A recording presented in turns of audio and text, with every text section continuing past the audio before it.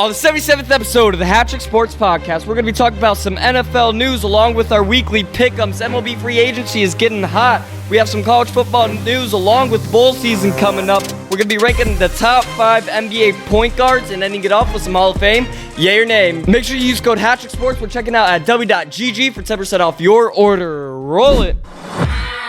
Welcome to HatTrick Sports, starring your host, Isaiah Carpenter. Bringing you the biggest sports headlines every week.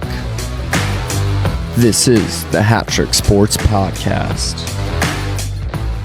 Let's get it started off hot. MLB free agency is getting hot. And there's been record-breaking contracts. There's been low contracts. We're going to go over this is basically all the free agent signings and trades that have happened in the last week. So the big one to talk about is Juan Soto signing with the Mets, $765 million for 15 years. That's a lot of people are saying that's unfair, that's too much. It's only $51 million a year. If he opts out after 5 years and gets more money after that with another team, he does that. And if not, it bumps up to $55 million a year. I think it's a fair contract. I don't like how long it is because I think from 26 to 41, a player can really change. But then, yes, the Yankees did sign Max Fried to an 8-year, $218 million deal. The Dodgers signed Snell, but I think that was a few weeks ago. The Cubs signed Carson Kelly to a 2-year deal worth $11.5 million. The Rangers re-signed Nathan Eovaldi with a 3-year contract. The Tigers signed Alex Cobb to a 1-year, $15 million contract. Cobb is getting one more year. I believe he's played 13 years. He's becoming an immaculate grid kind of guy. I think this is his 5th or 6th team he's played for. But the Yankees and Brewers had a little trade over the last week. The Yankees got Devin Williams, and then the Brewers got Nestor Cortez, Caleb Durbin, and some money with that. The Cubs and Astros had some guys being traded.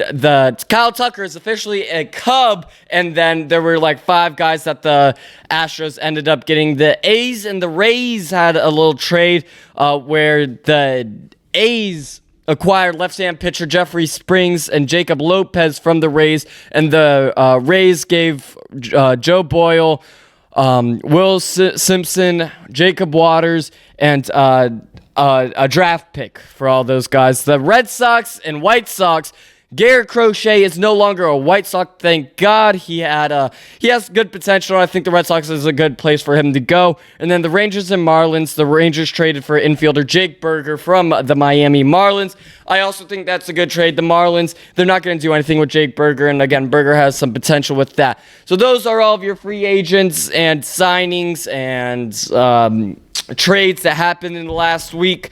It's getting hot, though. I don't know how many more guys. Teoscar Hernandez is a big one on the table now. Who else is big that's still up there?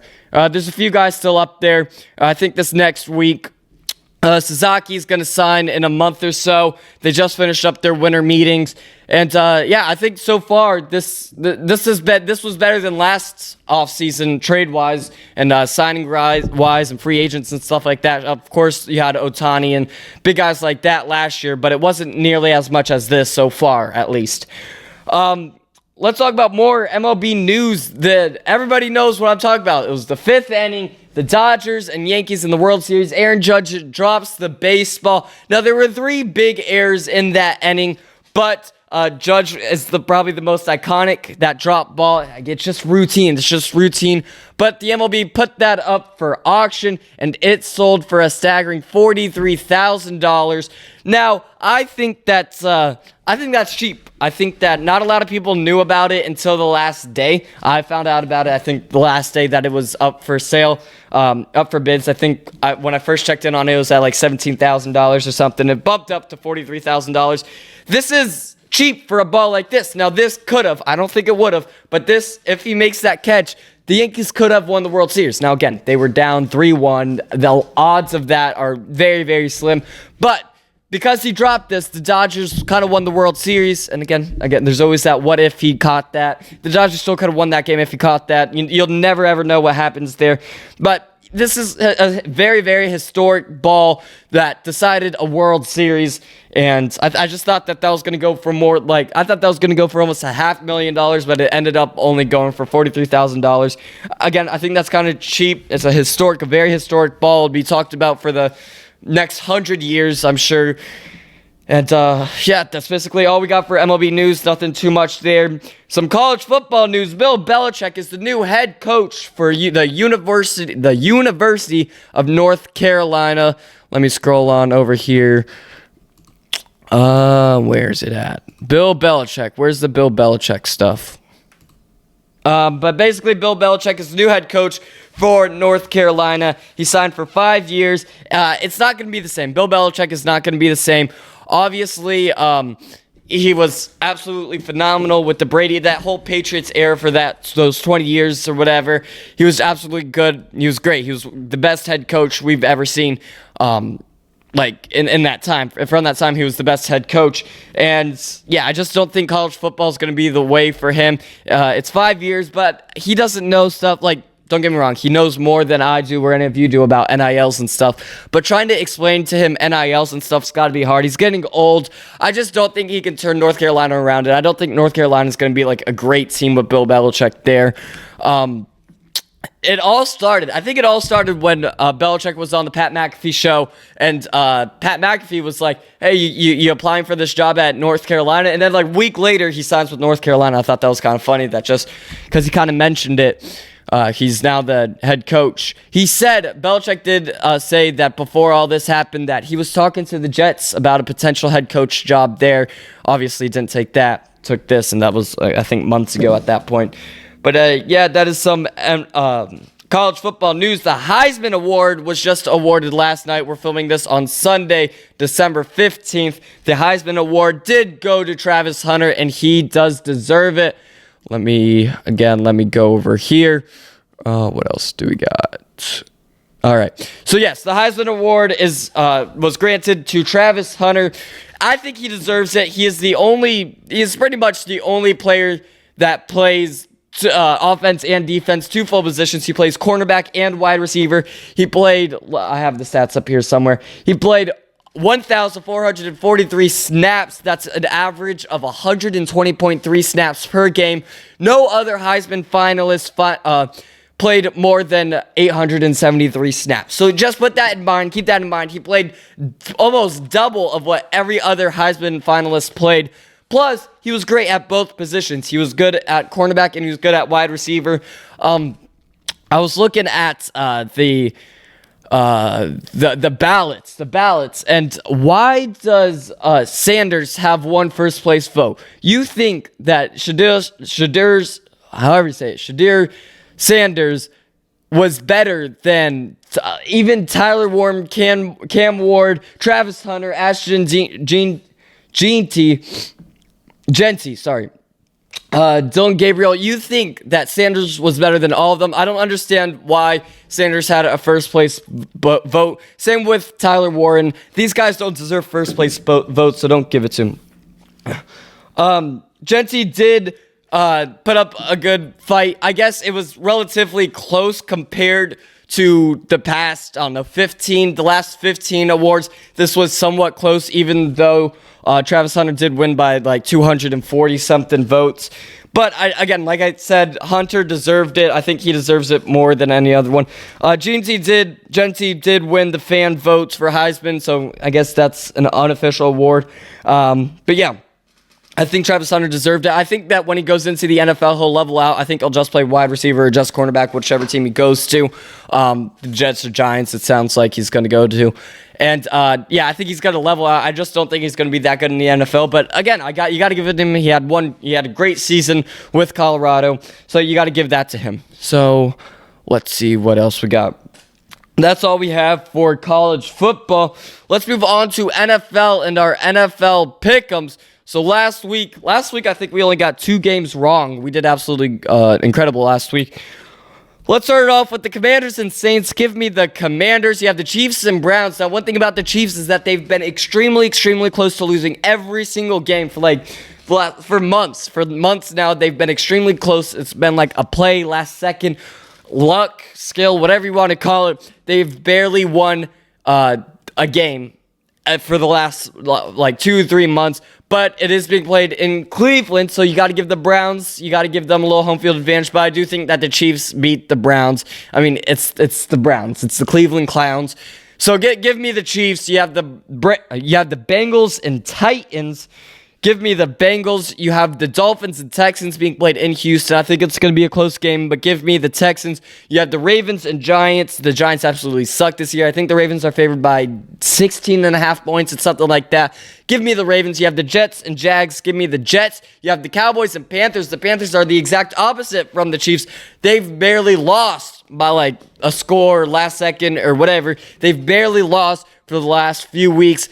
But I think that the Cowboys, I think it's going to be a close game, but I do think that the Cowboys end up winning. You have the Bucks and you have the Chargers. Give me the Chargers. You have the Colts and Broncos. Sorry, Colts fans. We are going with the Broncos. You have the Patriots and Cardinals. Again, the Patriots are not good. The Cardinals are going to win, but the Cardinals know that the Seahawks will probably lose this week, and the Cardinals are only 2 games out of first place. They're only a game and a half out of second place. They're on that borderline. They have to take advantage of this game if they want to make it into the playoffs. So give me the Cardinals. You have the Bills-Lions Super Bowl preview. It is being played in Detroit, but I think Buffalo takes the dub. So give me the Bills. You have the Steelers and Eagles. Give me the I've gone against the Steelers so many times this season so far, and I've been wrong so many times. So give me the Steelers. You have the Packers and Seahawks. Again, I've doubted the Seahawks every week, and they've won all these weeks. But I think this is, again, another week. I think that the Packers beat the Seahawks, even though it's being played in Seattle.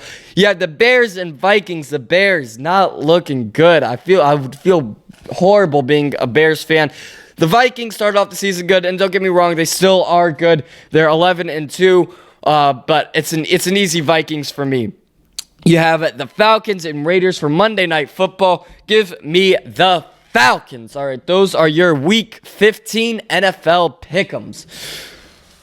All right, so those are your Week 15 NFL Pickems. We have some more NFL news. Devondre Campbell, no longer an NFL player as of right now. It was a very, very boring Thursday Night Football game. I thought it was going to be high intensity. Hey, these guys are fighting for a spot in the playoffs. No, not even a single touchdown was scored. You had the Rams and 49ers play against each other. Devondre Campbell, basically in the second quarter, he was healthy. Not everybody was healthy. And he was basically like, they needed him to go on the field. And he was basically like, no, I'm not going to go on the field. So he kind of just walks off the field and basically quits the game halfway through. He didn't want to play the second half. He walked off the field. The teammates in the press conference, you had McCaffrey and all these guys talk badly about him, which, hey, if you're a 49ers fan, he's still technically your teammate at the time. He wasn't cut yet. But you can't talk bad about your teammate like that. I understand that it's not a good situation. Everybody else is hurt. You needed him to step up, and he just kind of quits on you. But you just publicly cannot talk about your teammates like that. So I'm not a huge fan of McCaffrey saying those things. Now, everything McCaffrey said is true. Don't get me wrong. Everything that he said is true. The 49ers did a good job. They didn't cut him that night. They slept on it. They thought about it. And obviously, it was going to get cut the next day. They didn't want to do that the night that they lost in a horrible, horrible game. But yeah, you can't, 49ers players, you cannot talk bad about your players. I just don't think that's a good look on the 49ers players themselves. And I think Devondre Campbell, I think there's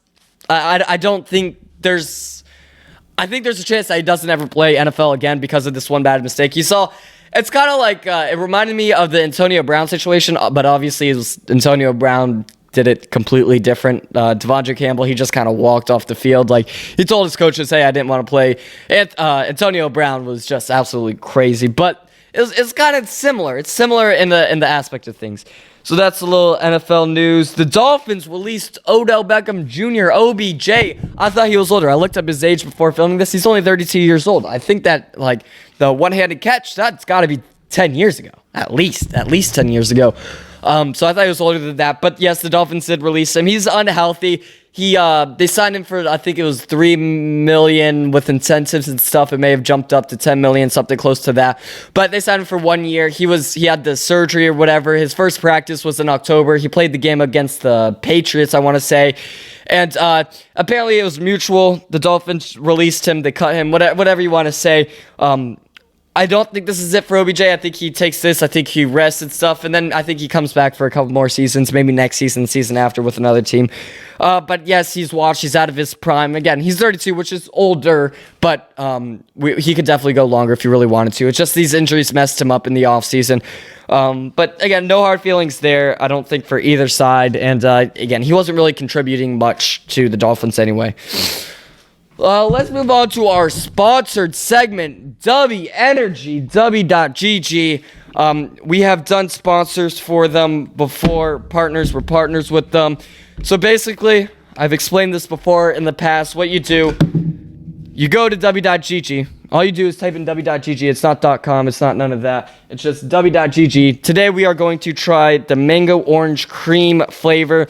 You go there, they have tons of flavors. They have tubs. Well, this one doesn't have scoop in it. They have tubs like these. They have cans. They have water bottles. They have shirts. They have all sorts of stuff. And what you do, select what you want. It's pretty reasonably cheap. There's 30 servings per tub, and then obviously per can, it's per can. And then they have the hydro pack. They have hydro packs, hydro tubs. They have to-go things, so just on the go. They have on-the-go things like that.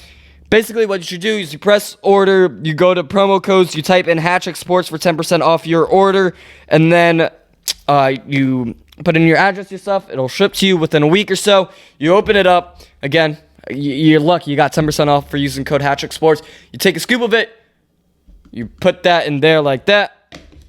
I have not tried the mango cream one, the Calio cream, whatever it's called. Since the first week that we did it with them, which was months ago. So we haven't tried this in a while. You get your W water bottle. Again, you could get that straight off of the website at W.GG. You shake it up. Make sure you shake that good. You open it up. You pop it open. One sip. Everybody knows the rules. It's good. There's no crash or anything. With most energy drinks, there's crash.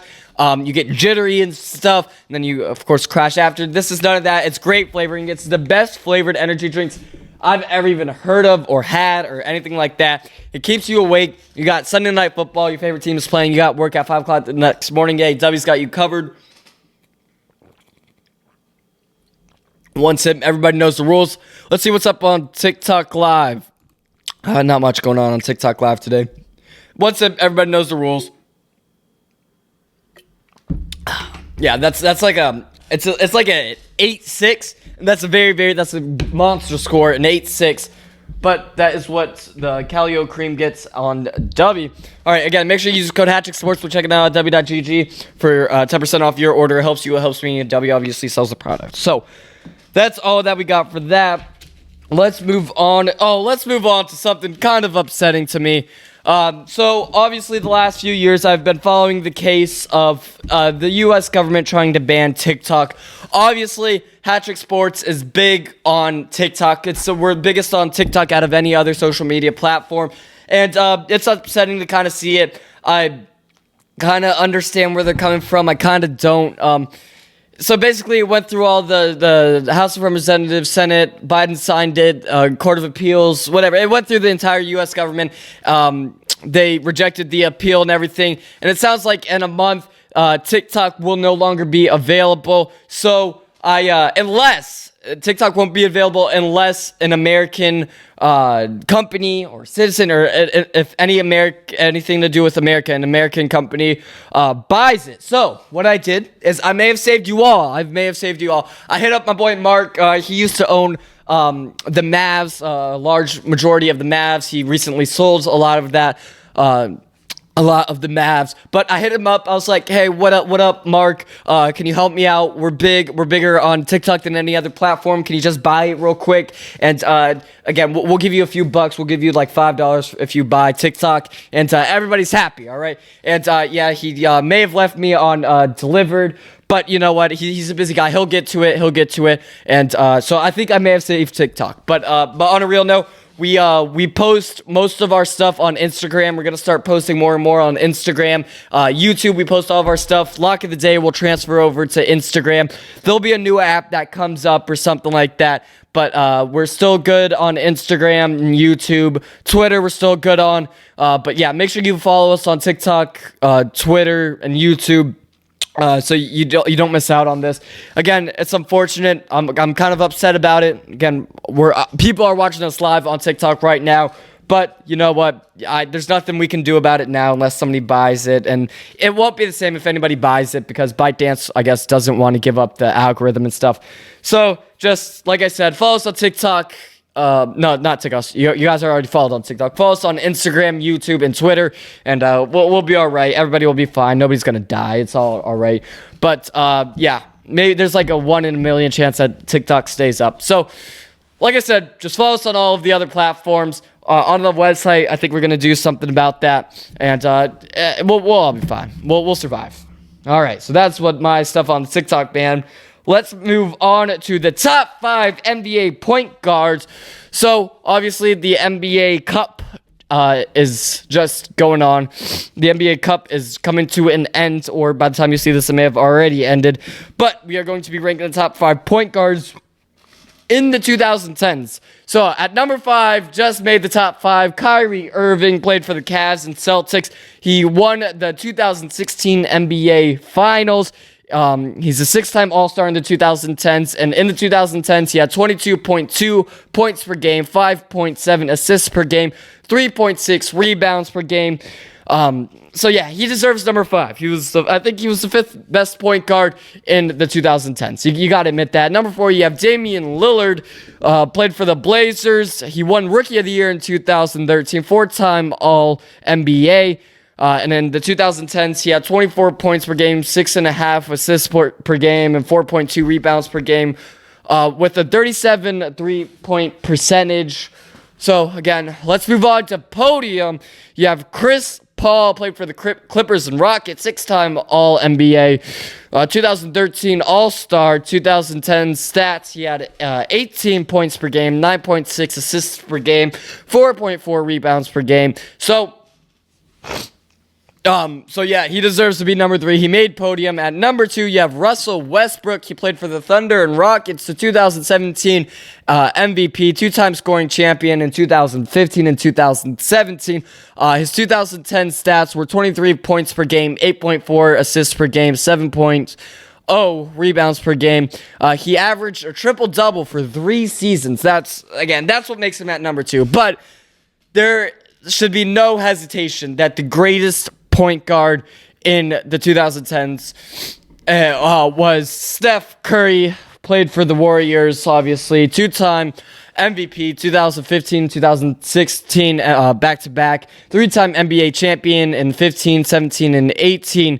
And sure, this is all just in the 2010s, and then his 2010 stats was 23.5 points per game, 6.6 assists per game, and 4.5 rebounds per game with a 43.6 three-point percentage. That is extremely high. That's 4 in every 10 3-points he's going to make. He's going to make that. That's just incredible. Over that. It's actually over that. Incredible. So those are your top 5 NBA point guards. Now, more with NBA stuff. The NBA Cup, the in-season tournament, whatever you want to call it, is coming to an end. The finals are right around the corner. Let me pull up. So, yes, it's going to be the Thunder and Bucks playing in the it's single elimination in the NBA Cup Championship in Las Vegas. The Thunder beat the Mavs, the Rockets, eventually to go on to the finals. It is being played on Tuesday. December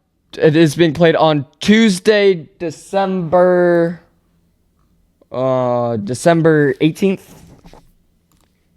Yes, it's Tuesday, December 17th is when the finals are. Like I said, it is the Thunder and Bucks. It's going to be where did this go?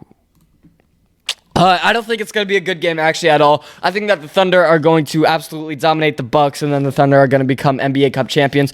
There's a lot less backlash this year than there was last year, so I'm going to kind of go over the bracket. On the west side of the bracket, you had the Thunder playing the Mavs. The Thunder won. You had the Rockets playing the Warriors. The Rockets won. It's all single elimination. So then you had the Thunder playing the Rockets. The Thunder obviously won to go into the championship. Then you had the Bucks playing the Magic. The Bucks won. You had the Knicks playing the Hawks. The Hawks won, and then the Hawks lost to the Bucks just a couple nights ago. So, yeah, like I said, it's now the Thunder and the Bucks. I think the Thunder might win by 15, 20.